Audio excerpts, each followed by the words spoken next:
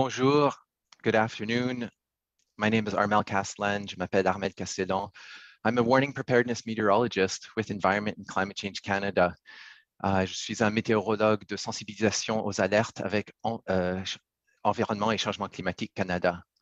I would just like to start by saying that respect the fact that I'm on Lekwungen people's unceded traditional territory where the Songhees, the Esquimalt, and the Wasanic people have historically had a relationship with this land through till today. And my family and I are privileged to live, grow, and work on this land.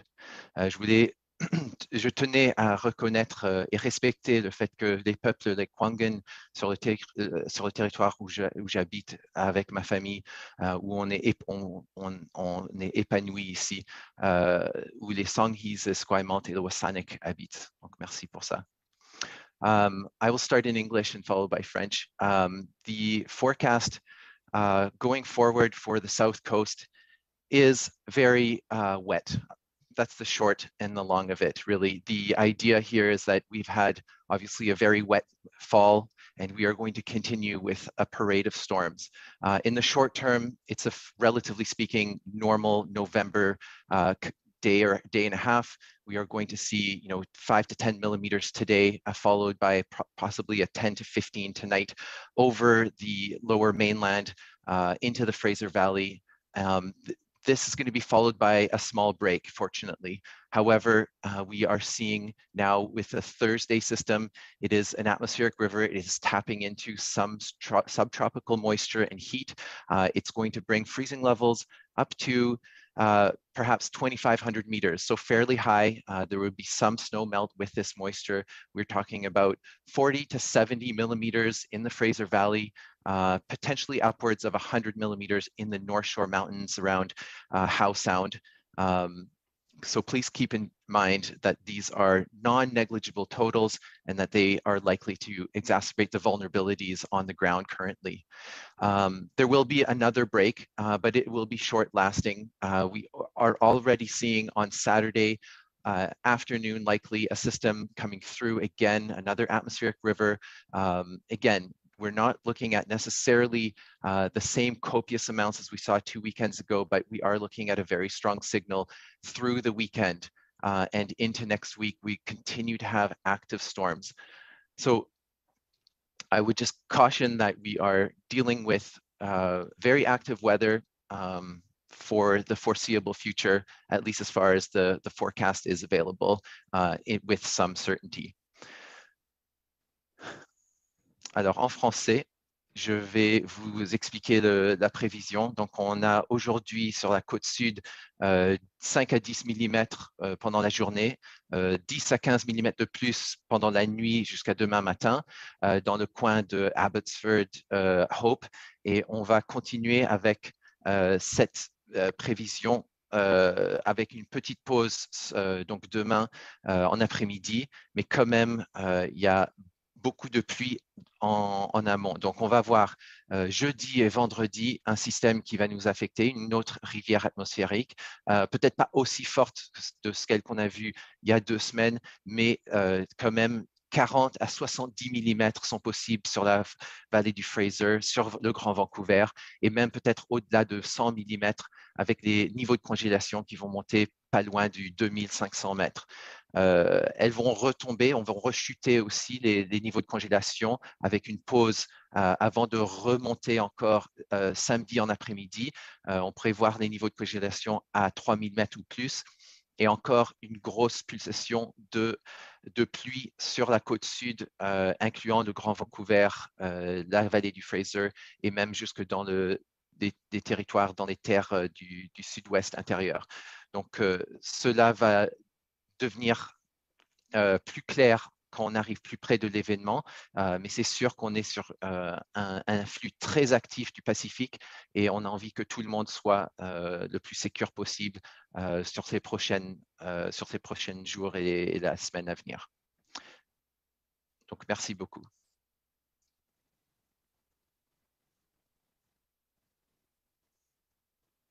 Merci beaucoup, Armel. C'est ce qui conclut. Nous allons passer à la période de questions. Alors, juste un petit moment, s'il vous plaît, pour que nous puissions continuer avec les médias.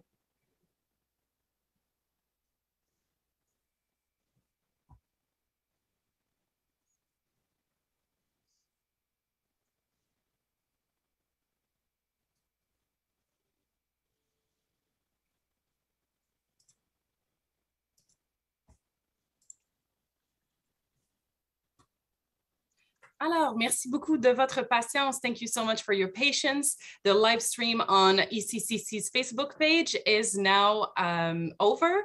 The question period will start. La période de questions va commencer. We would like to ask you to take advantage of our time with Armel to ask your question now, since we will not be able to accommodate after this technical briefing for one-on-one requests due to operational requirements. Armel will need to relay his efforts to be directed towards providing important weather information and advice to our BC Emergency Response Organization. Donc, nous demanderions que vous preniez cette opportunité pour poser vos questions, puisque Armel, à la suite de cette séance de briefage technique, sera appelé pour des raisons opérationnelles à bien faire son travail auprès de la province de la Colombie-Britannique pour leur organisation d'urgence environnementale. Alors, de la façon que ça fonctionne, on vous demande, je pense que ce n'est pas votre première fois, de s'il vous plaît, lever la main. Vous pouvez faire étoile 9 to raise your hand, star 9 if you are on a phone, or on Zoom, just raise the little hand. We'll go with the screen. I will state the name that I see on screen. Please note that I also see phone numbers, so I can state phone numbers. Once it's your ID that I call out, please state your name and media, and only allow yourself one question and one follow-up. S'il vous plaît, bien mentionner votre nom et votre média, ainsi que vous enlevez de sourdine. Please unmute yourself when you are called out. So the first question is Monsieur Éric Pierre Champagne. La parole est à vous. Oui, on m'entend? Oui, je vous entends. Bon, en fait, ce que je comprends, c'est qu'il y a aussi des précipitations importantes de neige qui sont prévues dans les prochains jours. Absolument. Peu plus au nord d'Abbotsford, là, cependant. Donc, absolument, il y a de la neige. On a une alerte de neige pour justement l'autoroute Coquihalla. On parle de 25 à 30 cm de neige d'ici demain en matinée. Donc, la météo active, elle est active pas seulement à basse altitude, mais aussi dans les montagnes. Et ça ne va pas seulement être ce soir aussi, il va continuer à avoir de la neige. On a aussi de la neige dans le nord de la Colombie-Britannique. On pourrait même voir des niveaux de congélation qui baissent assez pour peut-être en voir pas loin des communautés au niveau de la mer, mais disons plutôt dans l'Okanagan et le Nicola et le Thompson, dans ces régions-là, et bien sûr dans les montagnes. Et bon, donc, je pense que l'eau ne s'est pas retirée partout, donc ça peut causer des problèmes assez sérieux, toute cette neige-là, alors que l'eau ne s'est pas retirée là, complètement suite aux inondations. Oui, je vous entends mal, mais je comprends votre question. C'est-à-dire que la neige, c'est sûr que quand il y en a, on ajoute, et on ajoute à la fois de la pluie, mais aussi des niveaux de congélation qui montent. D'une certaine façon, c'est un des aléas qu'on a vu il y a 2 week-ends. Il y avait le début du manteau neigeux sur les montagnes locales, et bien sûr, cela a beaucoup fondu. Donc, il faut ajouter au total de pluie de la fonte de neige, très certainement. Je vous remercie. Merci beaucoup. Monsieur Champagne, pouvez-vous nous confirmer votre média, s'il vous plaît? La presse. Merci. Désolé, il n'y a pas de souci. Next question will be Karen Larson. Karen, your turn.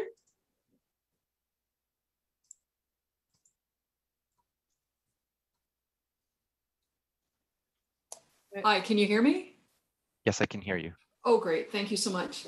I was hoping you could just say to what degree of certainty do you have that this precipitation is coming? You said it was likely to exacerbate vulnerabilities on the ground, but how certain are we that this is going to happen? That's a great question. The forecast is always an art, but it is also very scientific. So we do have fairly high certainty now that it is in the relatively short term, not just for today's kind of nominal weather, but certainly for Thursday and into early Friday. That event looks to be the probabilities are quite high. You know, of course, there's a range of precipitation because that is the nature of precipitation forecasting, but that 40 to 70 millimeters is a fairly high likelihood to occur. And of course, there are going to be certain regions that are more accentuated for that precipitation that are going to see maybe that upper end. Like I was mentioning, over 100 millimeters is possible in the North Shore Mountains, for instance, where you're facing the southwest with those peaks. And of course, that's going to create more precipitation than you might see in Delta or in South Surrey or in Abbotsford for that matter. So yeah, there's relatively good certainty for the Thursday atmospheric river. Then the certainty obviously drops off sequentially as we go deeper into the weekend for the later Saturday into Sunday event, and again into next week, where the pattern certainly looks wet. It looks continued active weather, but the details there are going to be are going to come as we get closer to those events. Okay, I have a follow-up if I could. And so just sort of in plain language, what is the message now to emergency personnel, who are currently working in Abbotsford and Yarrow where there's flooding, and for people who have been clearing mudslides? Like, can we expect more of that given this forecast? So going from, impact or to impact-based forecasting is extraordinarily difficult. And of course, now that the vulnerabilities are so high, that's why we want to be as present in decision-making, particularly at the emergency management organizational level. So we've been briefing Emergency Management BC for days and days now, and of course, getting them the most specific information as it relates to the response of this effort. And of course, knowing and highlighting when the forecast has those higher likelihoods of seeing certain things that are, beyond even the forecast itself. Landslides, debris flows are part of that. We know a certain amount, and it's not our jurisdiction to talk about, forecasting a particular slide, but we know that when you have a parade of storms or an incredible fall, as we've seen since middle of September, upwards of 200% of normal rain for much of the south coast and even into the southwest interior. The soils are very saturated, so a lot of the moisture that is coming is more immediately a runoff issue. So you have got that factor. You've got the factor that there's possibly more snow to come and more snow to melt as the freezing levels go up. And of course, a non-negligible angle here is that the summer that we had and the summers that we've had in recent years also have affected the landscape, both through wildfire and a very strong drought signal. Merci. Just confirming that Karen Larson is with CBC. Next question is Ryan Price. Please state your media and unmute yourself. All right. Can you hear me? I can hear you. Wonderful. This is Ryan Price. I'm with CFAX 1070 Radio in Victoria. My question, it sounds like these next few bouts of weather and the atmospheric river event that's coming is not expected to hit Vancouver Island or South Vancouver Island as much, or if at all. Can you speak to what those regions can expect? Sorry, I probably should have made that more clear. Vancouver Island is certainly going to see a lot of rain, particularly the outside coast, as we have come to see over the climatological records. So, the mountains that are particularly west and southwest facing are definitely going to see some fairly extraordinary amounts over the sequence of the next few storms. So today is, again, a humdrum, normal garden variety November day. But as we go into Thursday and into Friday, we will definitely see this atmospheric river start in the north of the island and make its way through most of the island. Of course, the east side of Vancouver Island will not be the highlight reel in terms of maximum totals, but we definitely expect some fairly healthy totals on the outside coast. And again, as we go deeper into the forecast, certainly for Saturday into Sunday event, and then again early or mid next week. Quick follow-up question. Just you mentioned that the western coast of Vancouver Island will be getting quite the extreme rain, not so much in Victoria and eastern Vancouver Island, as you mentioned, but do you have any sense of estimated totals for those different parts? The totals are, and as we've seen, January 31st of 2020, just before the pandemic, there was a very solid and dangerous atmospheric river that hit the south of Vancouver Island, and we saw numbers upwards of 500 millimeters in the mountains. Of course, those numbers aren't as strong as you get into the communities. In this case, a place like Zabalis on the north and west side of the island could be talking to 150 to 200 millimeters of rain, and those are believable. I mean, that's the West Coast. They see these kinds of numbers often enough, but that said, if the vulnerabilities are higher and we're talking about short distance or short timing between storms, then the vulnerabilities increase, and that you've got that much more of a saturated soil, and you can then have the associated impacts with such big amounts of rain. Merci. Next question. La prochaine question, Edward Chernecki. Your turn. Please state your media. And unmute yourself. Yep. Yeah. Hi. It's Global TV News. Ted Chernecki from Vancouver here. Can you hear me okay? Yes, I can hear you great. So my question is, why don't we have a warning system that's better than a technical briefing? I mean, technical briefing is great. I don't think we've ever had one before, as far as I know. But, we have hurricane categories, we have tornado categories, we have avalanche warnings and all that kind of stuff. Why don't we have some kind of a system that tells us the severity of these storms and alerted to the public, and, more than just, an atmospheric river, which means almost nothing to me. But, why don't we have a system that's better defined and better communicated to the public? So that's a great question, and absolutely, Environment Climate Change Canada is in that conversation. We have, internationally renowned scientists, and we are in collaboration with other agencies and other governments, other Met agencies as well across the planet, trying to develop, and we're really in the middle of that conversation. So although we don't have a release time for when that's going to be socialized publicly, we have some testing to do to make sure that it is actually ready for that type of prime time. But definitely, it's a great conversation to have. It's exciting to be involved in that because just like tornadoes and hurricanes, a scale has a great potential for very clear communication to make sure that we understand that the first couple levels of an atmospheric river are actually very beneficial, and to the south in California, they rely on this kind of precipitation movement across the planet in order to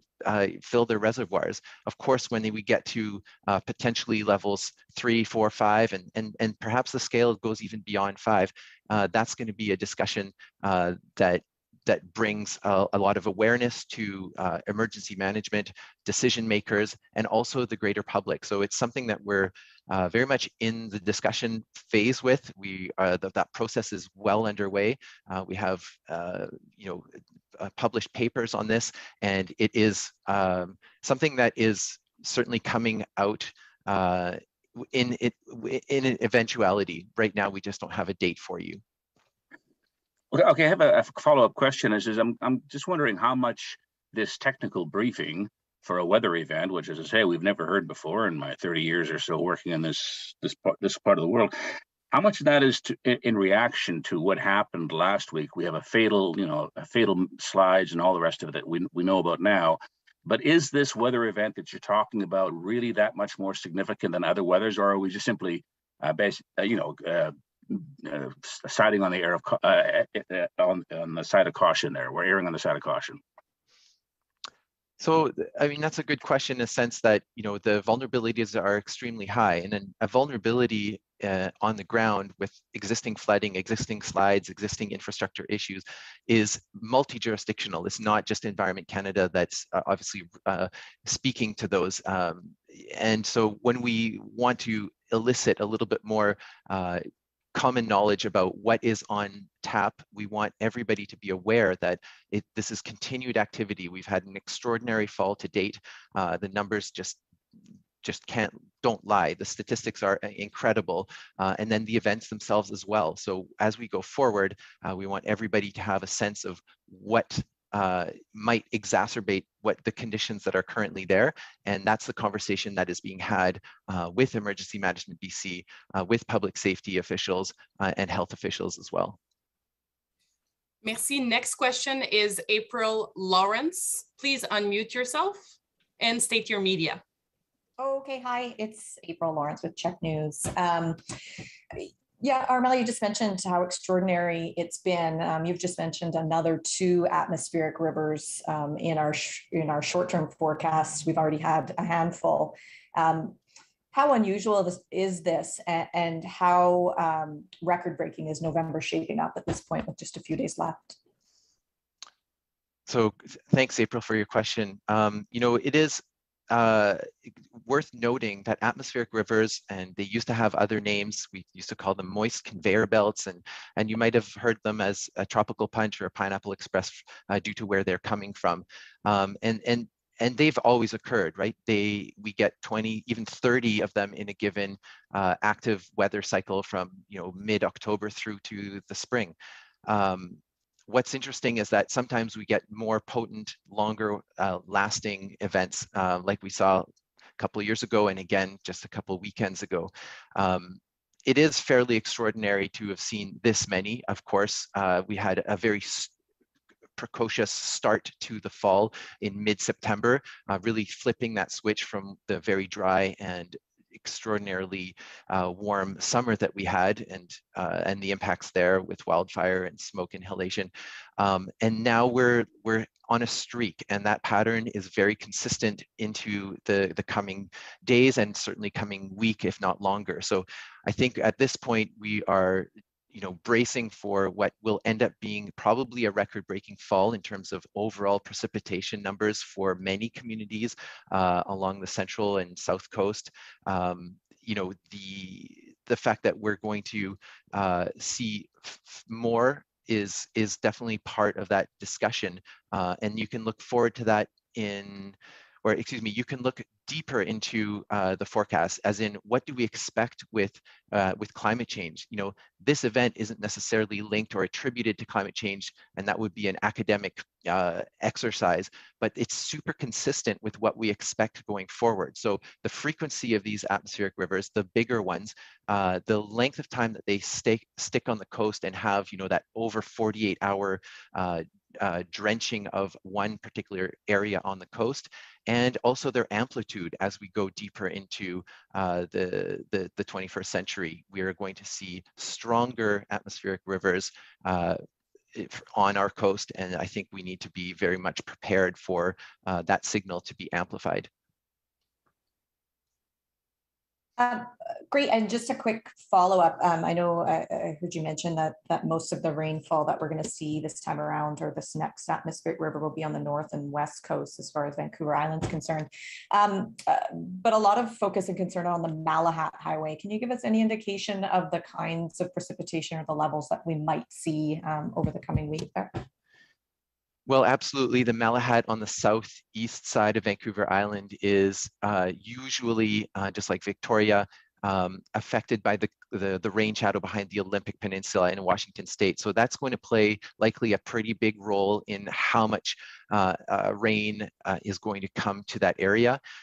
There's usually a very strong gradient between what happens there deeper into the Souk Reservoir, where the numbers climb very quickly, and then get stronger still on the west coast, closer to Port Renfrew. So it'll be a very strong gradient. Definitely there will be some rain. The numbers, you know, are going to be decided closer to the event itself, and we can definitely speak to those details as we get closer for the Malahat in particular. Merci. The next question, la prochaine question. Anne-Julie Tétu, s'il vous plaît, mentionnez votre média et vous enlevez de la sourdine. Merci. Et bonjour, Anne-Julie Tétu de Radio-Canada. Est-ce que vous m'entendez bien? Je vous entends très bien, merci. Allô, Armel. En fait, je vais vous poser quelques questions juste pour être sûr qu'on ait l'audio en français. D'abord et avant tout, j'aimerais qu'on parle de la Niña. De ce que je pouvais voir, c'est une année encore de Niña. Donc, j'imagine que ça veut dire des précipitations pour tout le reste de l'automne, mais également pour cet hiver qui pourrait être très, très, très abondante. Alors, ça, c'est une très bonne question. La Niña, effectivement, est probable, très, très probablement en amont pour l'hiver à suivre. Donc, on parle de la Niña surtout pour décembre, à fin décembre, janvier, février et même quelquefois mars et début avril, pour ce qui concerne nos moyennes latitudes sur la côte ouest du Canada. Donc, on parle il n'y a pas vraiment un lien statistique entre ce qu'on a vécu pour l'instant sur la côte et la Niña qui est en train de développer dans le Pacifique équatorial. Mais par contre, comme on parle de la Niña fort probablement, il y a des possibilités de voir que les niveaux de congélation seront en règle générale un peu plus bas et que le potentiel d'avoir des événements enneigés jusqu'à le niveau de la mer sont un peu plus probables. Donc, on a ça à considérer. Et aussi le fait que, en règle générale, les précipitations pendant un hiver La Niña sont quelquefois plus hautes. Mais il y a beaucoup de bruit dans ce signal et ce n'est pas tous les hivers La Niña, surtout quand ils sont modérés ou faibles, qui vont avoir ça. Ce n'est pas une garantie. Donc vraiment, le message à suivre, c'est on est dans une période excessivement active avec la météo et ça va continuer pour le cours préalable. Et si on pourrait vraiment suivre la météo de jour en jour, de semaine en semaine et de ne pas trop s'attarder à ce qui va se passer cet hiver parce que c'est excessivement difficile d'avoir un signal qui va jusqu'à là. Parfait. Est-ce que vous m'entendez encore? Oui. Oui. J'aimerais peut-être revenir justement pour avoir les extraits en français là, sur le fait qu'on a un novembre vraiment particulier, en fait les 3 premières semaines et même octobre. Pouvez-vous nous parler justement des records de pluie qu'on a eus, peut-être pour mettre en contexte là, si je comprends bien, le novembre exceptionnel se poursuit là, dans les prochains jours, la prochaine semaine, en raison de cette rivière atmosphérique qui s'en vient. Oui, donc c'est encore 2 rivières atmosphériques dans le court terme, donc jeudi et encore tard samedi, dimanche. Donc, il y en a encore 2 à suivre. Et comme je disais tantôt, les précipitations ne sont pas égales. Les rivières atmosphériques peuvent être très, très fortes et moins fortes. Donc, on va dire que quand même, il y a 2 week-ends avec la grande rivière atmosphérique qui a causé vraiment tous les impacts. On parlait sur même presque sur 24 heures pour certaines régions et c'est certainement sur les 48 heures. On a vu le total moyen de novembre sur cet événement-là tout court. Donc, c'est vraiment pour montrer à quel point il était anormal de voir autant de précipitations. On parle même d'un retour sur la période de cet événement au-delà aux 100 ans. Donc, il y a un 1% de chance que ça se passe toutes les années ou sur tous les événements. Et ce qui est incroyable et peut-être même terrifiant à penser, c'est que ce 1 sur 100 pour ce retour d'un événement aussi fort pourrait diminuer. Donc, il pourrait devenir plus fréquent. Je disais ça avec le changement climatique il y a quelques minutes.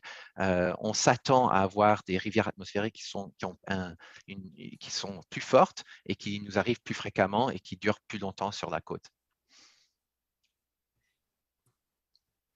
Merci beaucoup. Alors, la prochaine question est à Jen Norwell. Next question will be Jen Norwell. Please state your name and your media. Well, not your name, but your media. Thank you. And unmute yourself. Can you hear me? Yes. I can hear you, yeah.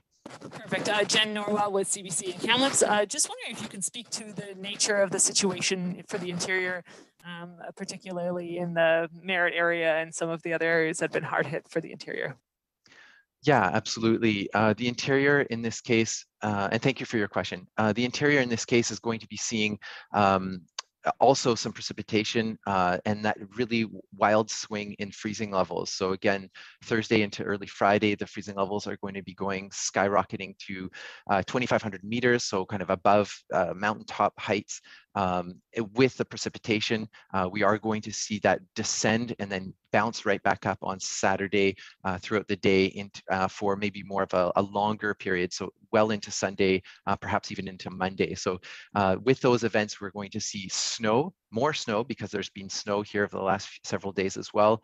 And we're going to see rain on snow, particularly as you go in the western parts of the southwest interior. So again, the Hope, Merritt corridor, even Merritt to Kamloops, and then a little bit into that Princeton direction. So I don't think it's out of the question that we are talking about rain on snow events, so exacerbating the conditions that have been obviously seen and felt here for the last 10 days. I'm wondering a little bit about some of the possible impacts from fires. Obviously, there's some of the challenges that make the ground harder with that. I'm wondering if there's more concern in some of those burned areas. Yeah, absolutely. The concern is, I think, elevated for many different agencies involved. You know, it's a known conceptual eventuality, if you will, from a fire year. And in fact, we've had 3 of the last 5 years have been extraordinary and record-breaking for BC, particularly in the southwest interior, in the Caribou. There are many big wildfires. The Elephant Hill fire from 2017 has caused multiple slides along that Cache Creek to Kamloops corridor on Highway 1. We've already seen the effects of the wildfire burn scars near Lytton in even as early as mid-August. So, you know, I think there will be obviously a very forensic and geomorphological look at how these slides that have occurred and potentially slides that are coming are related to the wildfire season that we just had. But the link is very conceptual at this point and without question, non-negligible. Merci. Next question is Penny. Penny, please state your media and unmute yourself. Hi there, can you hear me? Yes. Hi, it's Penny Dafflos from CTV News in Vancouver. First of all, I just wanted to thank you for doing this technical briefing, and I hope that we can do stuff like this in the future when there are major weather events happening, because it's super helpful to hear everybody else's questions as well, and hopefully it's a good use of your time so we can do this again. The public safety minister scooped you about an hour ago. He said that a ranking system for atmospheric rivers, he has been told that it could be implemented as early January. And I'm just wondering if you're kind of doing beta testing, and if there's a bunch of discussion right now. I'm also seeing that there are some American scientists who have already been talking, and the Center for Western Weather and Water Extremes, they've already been categorizing these atmospheric rivers. So I guess I just want to know, like, why can't we just do it now? Can you not have an asterisk and say this is, like, you know, test mode or something, just to give people a sense of what's going on so they can start getting used to this scale and appreciate what it is that's happening?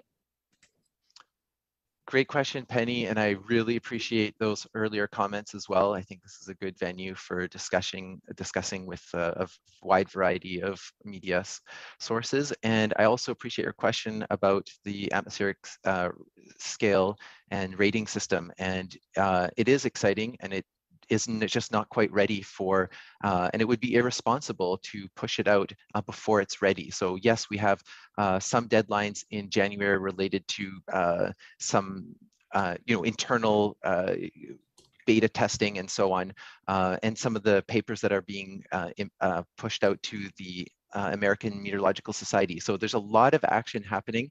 Yeah, I would say to be too quick to push that out would be irresponsible, because it could have negative consequences. So we want to take that very seriously and make sure that it's ready, that it can be socialized in the proper way, get the public education process going, and make sure that everybody is ready to take on that kind of rating system and what it can mean to people's behaviors, because at the end of the day, that's where we want to be in that conversation, making sure that when we are raising an alarm or a weather warning and it's associated to a rating concept, that it goes to behavioral change if it's going to help save lives and property moving forward. A follow-up question, Penny?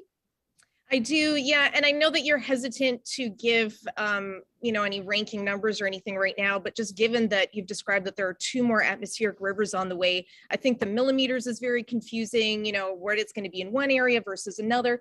So can you give us a sense of, last week's atmospheric river, would you consider that a 4 or a 5? And then what would be the ones coming in now? Like, are those 2 or 3? Like, if you could just give people kind of a taste of what that is, to put the things we've got coming in context, considering I think a lot of people are freaked out when they hear atmospheric river, given what happened last week. Yeah, 100%. It's a new term that's been obviously super popularized here in the last little while for many people, and for very good reason. What we're looking at so far doesn't look like the same thing that we saw 2 weekends ago, and mostly can just speak to the Thursday into Friday event. It's not likely to bring, upwards of 200 millimeters like we saw in Hope, the Coquihalla Summit. 100 millimeters in 24 hours for Abbotsford was a record for that period of record for that station. So we're not necessarily looking at those type of numbers at this point. As we go beyond that, it's very difficult to get an accurate sense of the total millimeters or the atmospheric river rating, if you will, beyond kind of that 3-day period. Sometimes you lock in on a really stable, convergent output with the models, and you feel much more confident. And that's, I think, part of releasing a scale like that, is talk about confidence about, are we talking about an AR1? Are we talking about an AR5, or somewhere in between? So yeah, there's a lot of talk about what the previous atmospheric river achieved. The impacts were certainly extraordinary. Is it going to be logged as an AR4 or an AR5? I don't know yet. I think that's going to be a discussion that's going to be a very healthy and holistic one. And then going forward, absolutely, that's the kind of information that I think will resonate with decision makers and the public alike. Are we getting an atmospheric river that is similar to the mid-November one? And we'll be talking about that one for years to come. And I think that will be a great reference to say, this looks, bad like that. And, both atmospheric rivers will have rainfall warnings, but it will step up that communication piece in a big way. Merci. Next question, I have the Northern View. Please state your name and your media. If it's Northern View, yes. Please unmute yourself. Hi, can you hear me? Yes, I can hear you. Great. My name is Norman Gellings, came up the Northern View.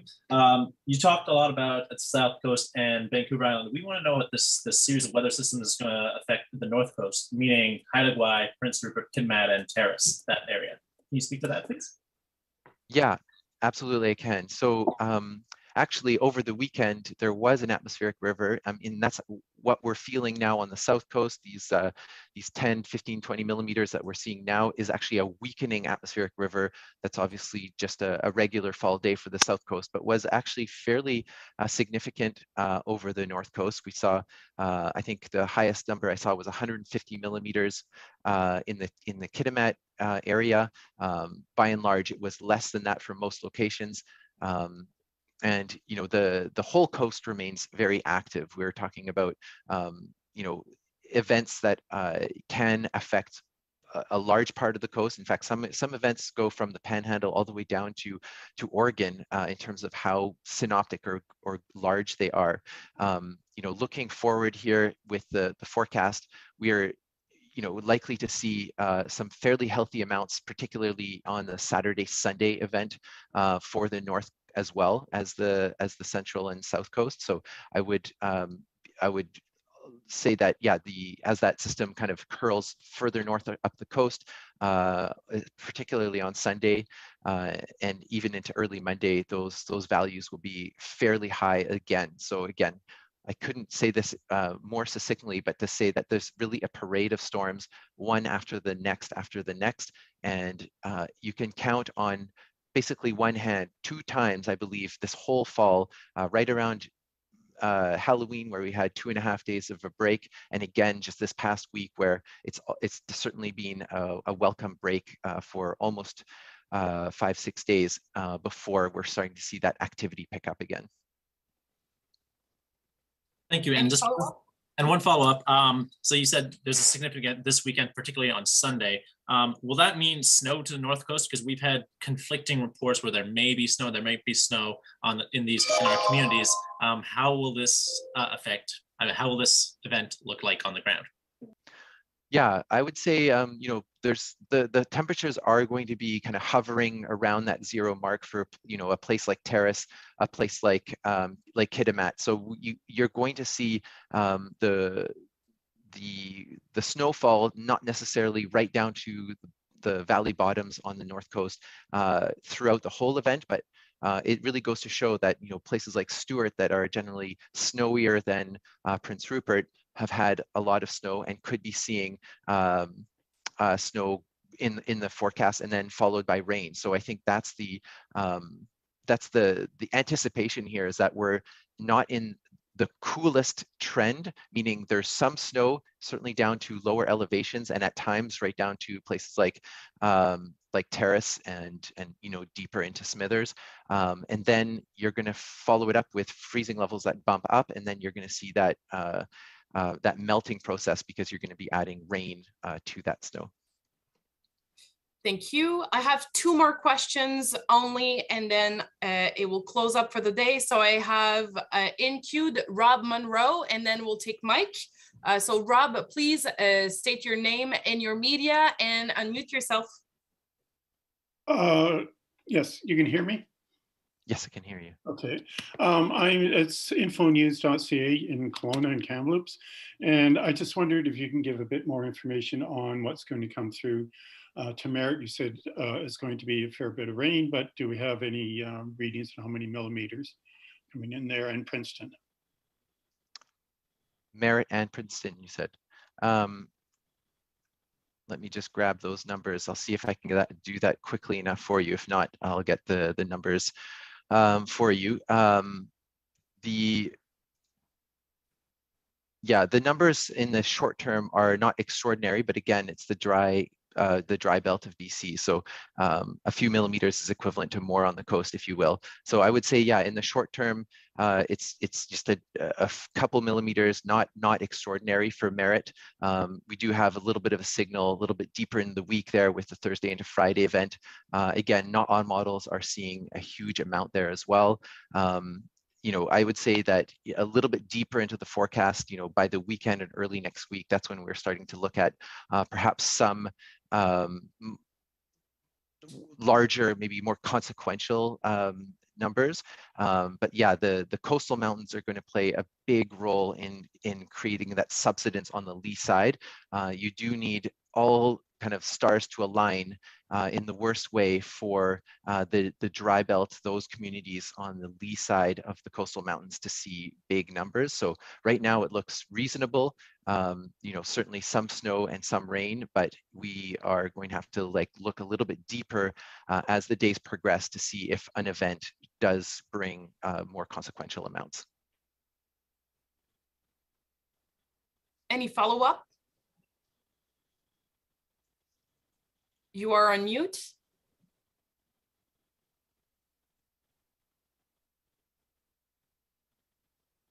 Did that work? Okay.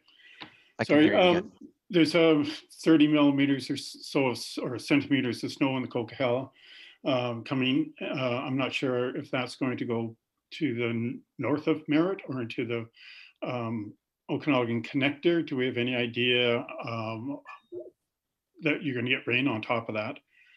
We're going to have a lot of snow melt there that's going to come down into Merritt, or any idea where that might run down to? The Coquihalla, obviously, but. Yeah, I would say that you have the snow that's forecast, of course, in that Hope to Merritt corridor to start. that is, fairly consequential. We're talking about 25 to 30 centimeters, of course. But yeah, with the freezing levels going up so high and cycling through with the precipitation that's mostly on that on the windward side, not so much the east side, that those likely will exacerbate the snow melt and the conditions in, say, I believe the cold water rivers and I can't speak to the impacts on Merritt itself. Definitely a great question for the River Forecast Center to see if there's a very clear cause and effect there. Thank you. Last question is from Mike. Mike, please state your full name and media and unmute yourself.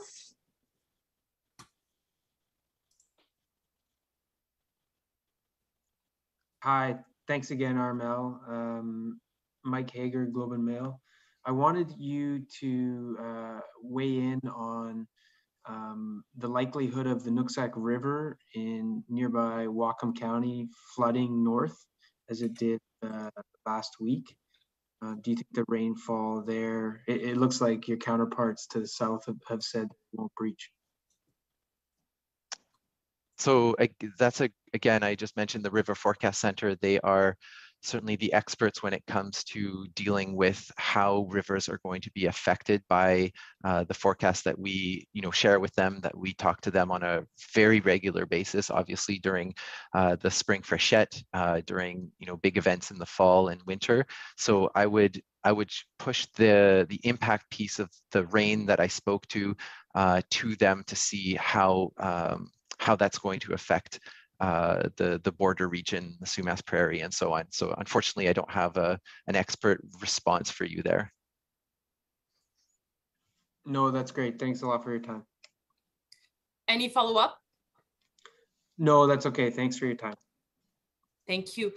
This concludes this technical briefing. Cela conclut notre séance de briefage technique avec Armel Castellan. Merci beaucoup, Armel, et merci tout le monde. Thank you, everyone. Have a nice day.